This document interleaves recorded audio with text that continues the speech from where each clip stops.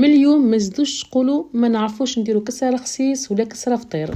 في هاد لا فيديو راح نديروها بمقادير مضبوطه وراح نبدل لكم جميع الاسرار. واذا كنتوا ما زلتوا ما اشتركتوش في قناتي واش راكم تستناو؟ يلا اشتركوا في القناه، هكا اي وصفه جديده نحطها توصلكم في وقتها.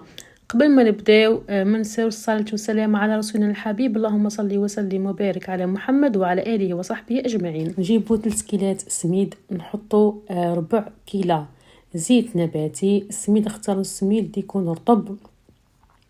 ندخلوا السميد مع الزيت كما قاعدين تشوفوا نحبكوه ما بين يدينا. وكنت حطيت ملعقه كبيره ممسوحه ملح عفوا الملح حسب الرغبه. من بعد نروح ندير حفره صغيره في الوسط باش ندوب فقط الخميره هنا نصف ملعقه صغيره. نحط شويه ماء وندوبها. هنايا ما راحش نخليو الخميره تتفاعل باسكو ما نسحقوش الكسره تكون خامره. العجينه حطيناها فقط باش تجينا طريه. جيست ندوبوها ونبداو نحطو في كيلة تاع الماء. اول حاجه راح نستعملوا كيلة ونشوفوا اذا كانت محتاجه نزيدوا لها، باسكو كل دقيق وكيفاه. كاين اللي يشرب الماء بزاف وكاين اللي ما يشربش.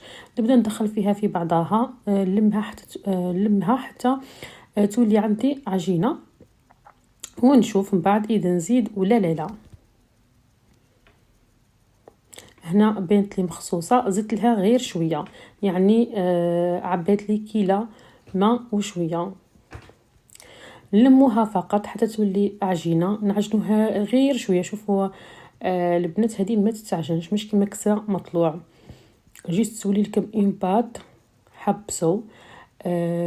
وكذلك ما تحتاج ترتاح وقت طويل.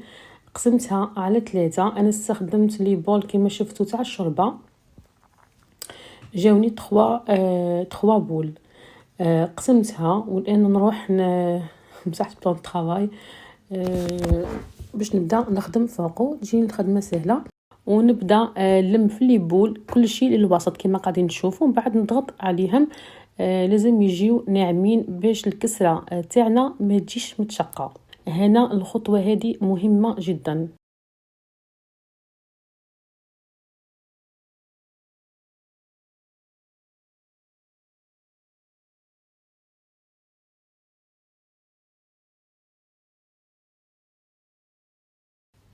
من بعد ما نكوروهم كامل نخلوهم يرتاحوا جيست لو طون اللي يسخن فقط الطاجين. وباش ما يشيحوا الكمش من الافضل تحطوهم في كيس بلاستيكي ولا كيديروا كيما درت انا، غطوهم فقط فيلم اليمونتير هكا ما يدخل لهمش الهواء. ونبدا نخدم نحل في لابول اللي كورتها الاولى. لا كريبيير حطيتها تسخن على نار متوسطه. تقدروا تستخدموا المقلاة ولا تستخدموا الطاجين.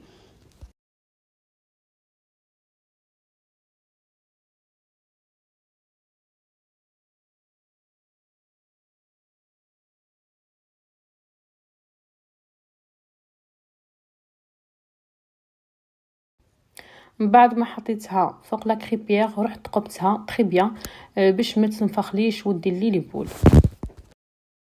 اي دو طون زون طون ندوروها باش طيب لنا كامله كيف كي تاخذ لكم لون قلبوها من الجهه الاخرى وبداو تضغطوا عليها وانتم تدوروا هكا طيب لكم تهبل تجي لون موحد. من بعد ما طابت قلبتها من الجهه الاخرى باش تكمل الطيب. هذه كما قلت لكم في اول فيديو كسره رخصيص، وكاين اللي يقولوا لها كسره فطير. كاين اللي يفضلوا هذه الكسره وكاين اللي يفضلوا كسره مطلوع. انا بالنسبه ليا نحبهم في زوج، وانتم قولوا لي في لي كومونتير واش تفضلوا كسره رخصيص ولا كسره مطلوع. نكمل لي دو بول اللي قعدوا لي بنفس الطريقه. نتمنى انكم تجربوا الوصفه وتنال اعجابكم، واذا جربتوها قولوا لي اذا نجحت معكم ولا لا. انا نظن تنجح معكم اذا جربتوها باسكو المقادير تاعها مضبوطه. اذا ما فهمتوش عاودوا فقط لا فيديو وتقيدوا بالطريقه. وهذه هي وصفه نهار اليوم. on se trouve le prochain vidéo. ما تنساوش تشتركوا في القناه وتخلوا لي كومنتير.